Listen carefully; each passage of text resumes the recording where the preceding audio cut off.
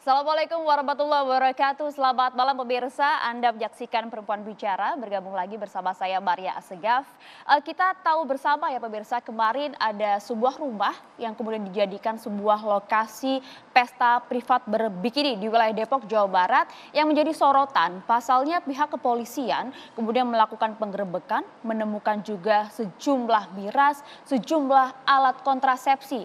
Kita mungkin juga sering melihat juga viral sempat di media sosial. Banyak sekali pasangan muda-mudi bahkan juga pasangan sesama jenis yang kemudian begitu leluasanya ya menampilkan kemesraannya di muka publik. Hal ini juga sempat terjadi di sebuah kafe di wilayah Jakarta Selatan.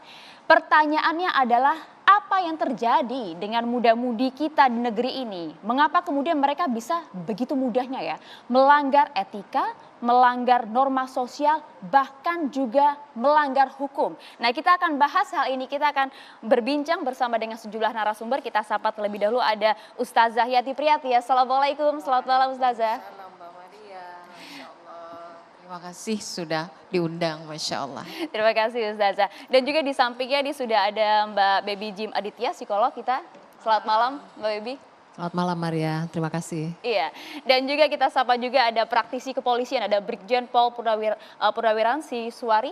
Selamat malam Mbak Maria, selamat malam pemirsa. Dan juga tentunya ada pengamat sosial Mbak Devi Ramawati. Halo Mbak, selamat malam. Selamat malam juga Mbak, waalaikumsalam. Langsung saja kalau begitu Mbak, digunakan juga mikrofonnya. Karena kalau misalnya kita ingin tahu ya sebenarnya apa yang terjadi dengan anak muda kita saat ini. Dan sebelum dijawab, kita lihat terlebih dahulu, kita simak juga ini ada tayangan yang perlu kita saksikan bersama pemirsa. Geger private party digelar di sebuah rumah mewah di kawasan Depok, Jawa Barat 5 Juni lalu. 400 orang ikut berpesta, sebagian besar merupakan anak muda. Peristiwa ini terungkap setelah polisi menggerebek lokasi karena mendapat keluhan dari warga.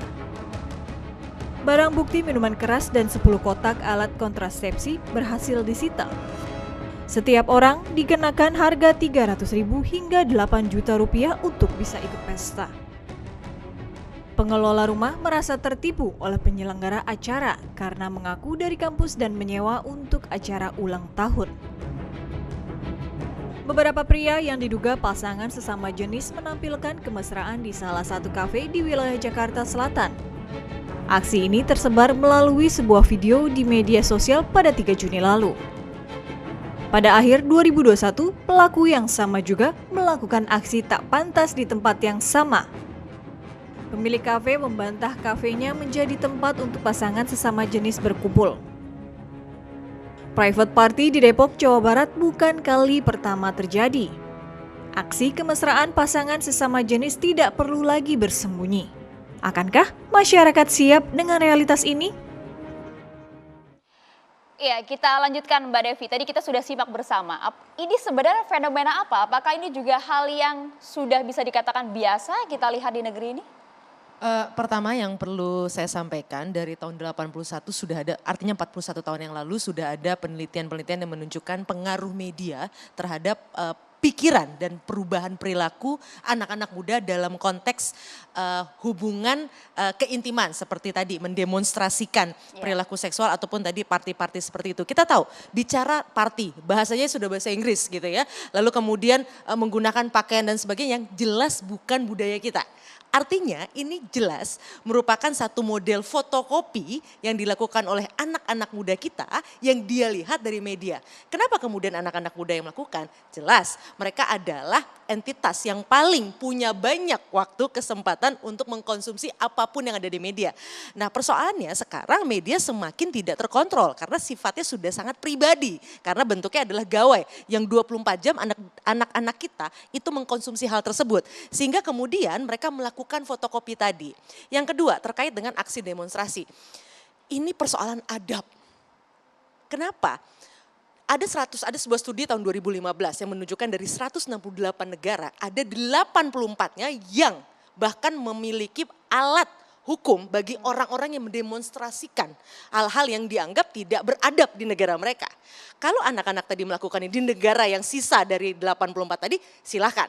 tapi negara ini punya adab. Nah ini artinya apa? Ada tantangan. Saya mohon maaf, bukan saya berpihak pada anak-anak muda itu, tapi yang salah bukan mereka. Mereka korban dari sistem sosial orang-orang dewasa yang abai terhadap tumbuh kembangnya mereka. Oke, mereka kemudian Anda sampaikan tadi sebagai korban, tapi begini Mbak, kalau kita lihat mungkin ya zaman dahulu, mungkin zaman-zaman Mbak Devi juga masih muda lah, kita nampaknya cukup tabu gitu ya Mbak, kalau misal melakukan hal-hal seperti itu, mengekspos hal-hal yang dianggap tabu. Tapi sekarang nampaknya justru jadi kebanggaan buat mereka. Karena begini, kenapa dari udah 41 tahun lalu tuh jelas kenapa, apa yang ada di media, karena kita bentuknya hanya kotak ini, kalau dulu televisi kotaknya lebih besar. Ini kita akan melihat pengaruhnya apa, kita akan melihat bahwa yang dilakukan di sini adalah sesuatu yang keren, sesuatu yang harus kita tiru. Dan bagi anak-anak muda, ketika di sini sudah melakukannya, dia akan merasa bahwa oh ya nggak apa-apa dong berarti begini. Ditambah lagi ketika sebagian kecil lingkungan juga sudah mulai berani menunjukkan hal tersebut. Kenapa mereka bisa berani menunjukkan hal tersebut? Sederhana, kenapa tadi saya bilang orang dewasa, kok bisa jam segitu ada di luar rumah? Di masa saya jam segitu, apalagi ini kan pandemi belum selesai, nggak mungkin kita di atas maghrib keluar rumah. Nah artinya apa? Apa namanya, anak-anak ini menurut saya bukan hari ini mereka menjadi begitu pada saat kejadian. Ini satu proses yang panjang sehingga mereka memiliki keyakinan bahwa apa yang mereka lihat itu layak difotokopi dan itu tidak salah.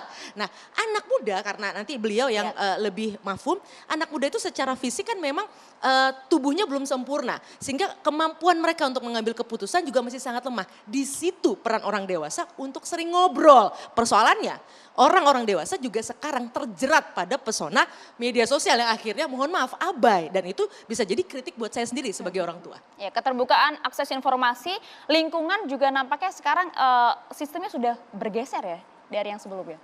Ya jelas tadi, karena tadi rujukan kita sekarang ada di sini. Yang paling banyak memproduksi penetrasi budaya yang paling mudah dan tanpa orang kira jadi OTG, orang tanpa gejala, bahwa ternyata dia sudah bergeser keadabannya, kearifan sosialnya. Karena apa? Karena kan ditampilkan dengan sangat menyenangkan lewat film, lewat lagu, kita bersenandung, kita menonton, menikmati, sehingga kita tidak menyadari bahwa itu mempengaruhi kita.